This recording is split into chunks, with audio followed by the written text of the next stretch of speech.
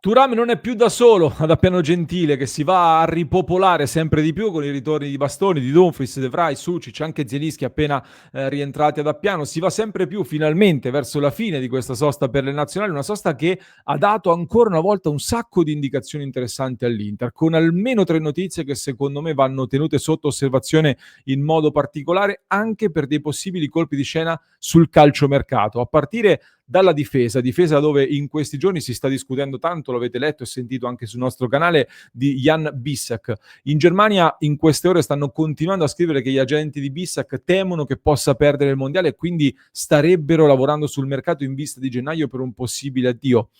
Vediamo, perché io penso che in questo ciclo di partite che abbiamo di fronte Bissek rientrerà nelle rotazioni con un Manuel Akanji che intanto con la nazionale svizzera, non so se avete visto, ma ha giocato 2 partite sempre da centrale sinistro di difesa in una difesa a 4, quindi attenzione anche a delle possibili evoluzioni di Akanji con Kivu magari. Mentre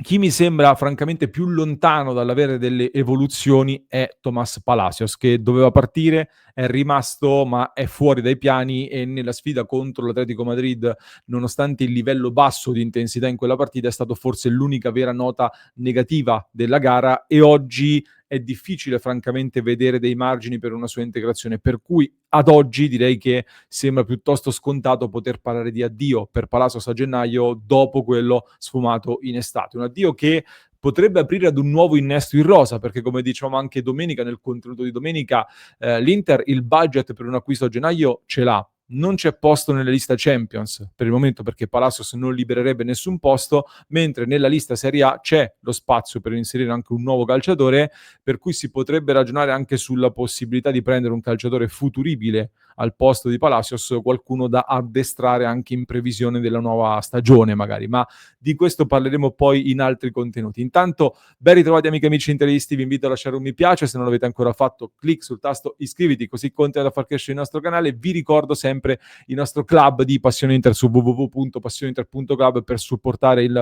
nostro progetto, dove venerdì vi abbiamo raccontato la sfida contro l'Atletico Madrid. A un certo punto c'erano più di 4.000 spettatori connessi in diretta per una gara di relativa importanza, direi, come quella che si è giocata in Libia. È stato veramente impressionante e vi ringrazio per questo grande supporto. Partita in cui Palacios purtroppo non ha fatto una gran figura, come dicevamo, facendo anche arrabbiare Acerbi, tra l'altro in un paio di occasioni. Rimandati Diouf e Luis Enrique, che dovremo rivalutare anche se alcuni li hanno già bollati definitivamente. Si sono secondo me intraviste delle cose interessanti invece con i giovani Bovo e Agbonifo, assolutamente. Ho visto almeno un paio di ottimi interventi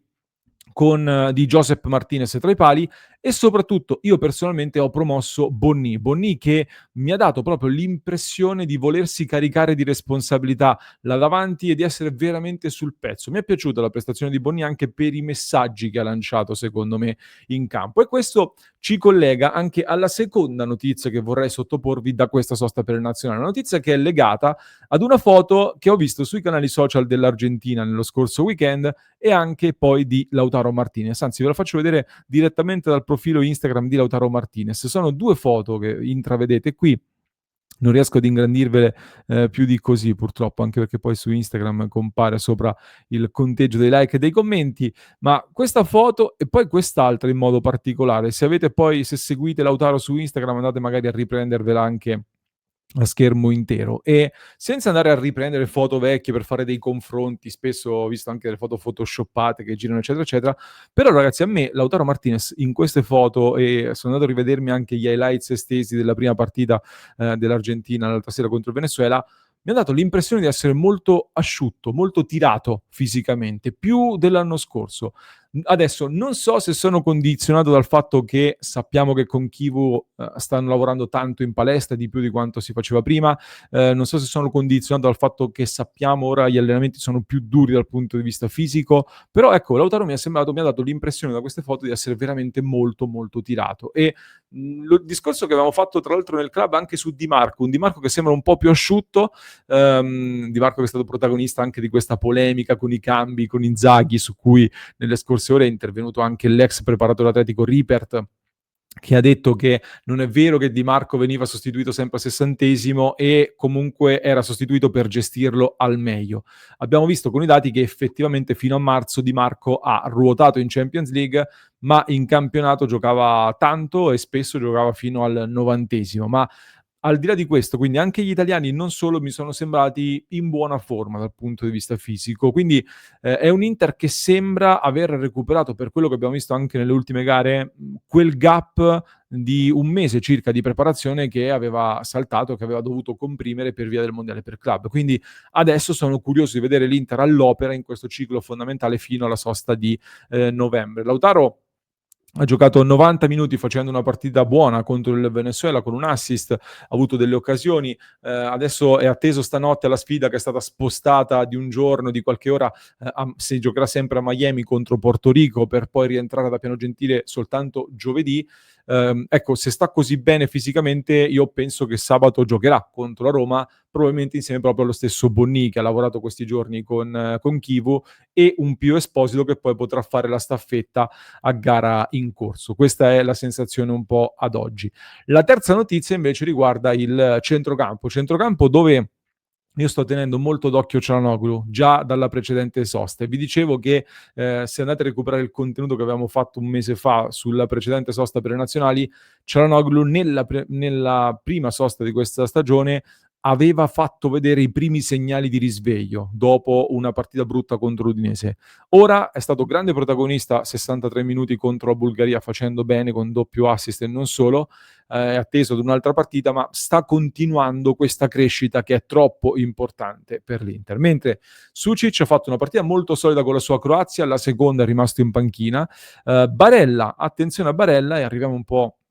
a delle discussioni che stiamo affrontando in questi giorni. Barella che nella prima con l'Italia ha giocato di nuovo in una mediana a 2 assieme a Tonali e ha fatto per me una partita interessante anche se era un'Italia, vabbè, contro l'Estonia, tutto da vedere. Ora contro Israele dovrebbe tornare nel ruolo classico di mezzala, ma anche Zelinski con la Polonia ha giocato ancora una volta 2 partite, 2 buone partite tra l'altro, da interno del centrocampo in una mediana a 2. Ha trovato anche il gol decisivo contro la Nuova Zelanda. È una cosa che vi ho sottolineato più volte, questa della mediana 2, è un discorso che sto tenendo d'occhio perché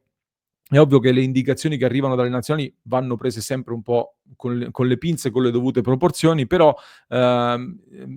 Barella, Zelinski lo hanno fatto, lo stanno facendo, stanno continuando a farlo. Attenzione perché secondo me Chivu non ha abbandonato del tutto l'idea di fare una mediana a 2 appunto e di evolvere in un prossimo futuro magari con un trequartista, un attaccante esterno o comunque con un terzo giocatore là davanti, offensivo. Cosa che cambierebbe in maniera importante anche i piani dell'Inter e l'integrazione di alcuni giocatori, soprattutto. Per cui, per questo motivo, io continuo a sottolinearvi questa cosa e continuo a dirvi teniamola d'occhio, attenzione. Mentre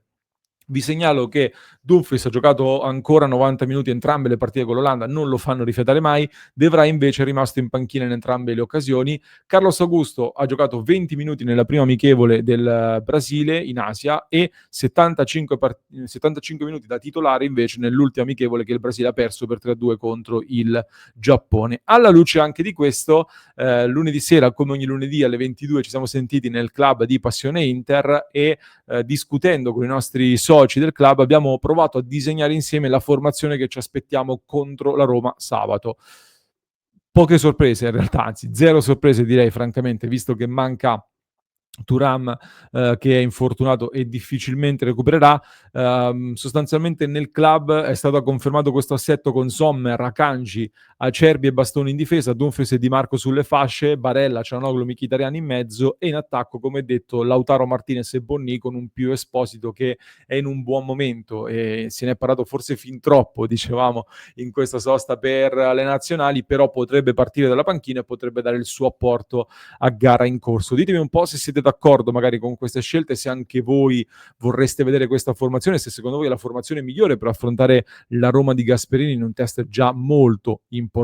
Forse ieri sera addirittura per molti è il test più importante del prossimo ciclo di partite, considerando che avremo tripla trasferta, Roma, Union Saint-Gilloise che ha cambiato allenatore adesso e Napoli in trasferta per poi continuare con Fiorentina, Verona e via fino alla sosta di novembre, da cui torneremo con il derby. Ancora una volta dopo le soste alla nostra Inter capitano sempre dei big match e delle sfide molto, molto pesanti e molto importanti. Siamo un po' sfortunati con questo calendario, ma a voler pensare male, com'è che si dice? No, vabbè. A parte questo, fatemi sapere un po' che ne pensate di questa formazione, se siete d'accordo oppure no. Scrivetemelo nei commenti, così vi leggo in diretta alle 19:30. Vi aspetto nel club di Passione Inter, mentre vi lascio un altro approfondimento che non dovete perdervi assolutamente, anzi vi consiglio assolutamente di recuperarlo. Lo trovate in descrizione per chi ci ascolta in podcast, mentre per chi ci segue su YouTube vi basta cliccare qui.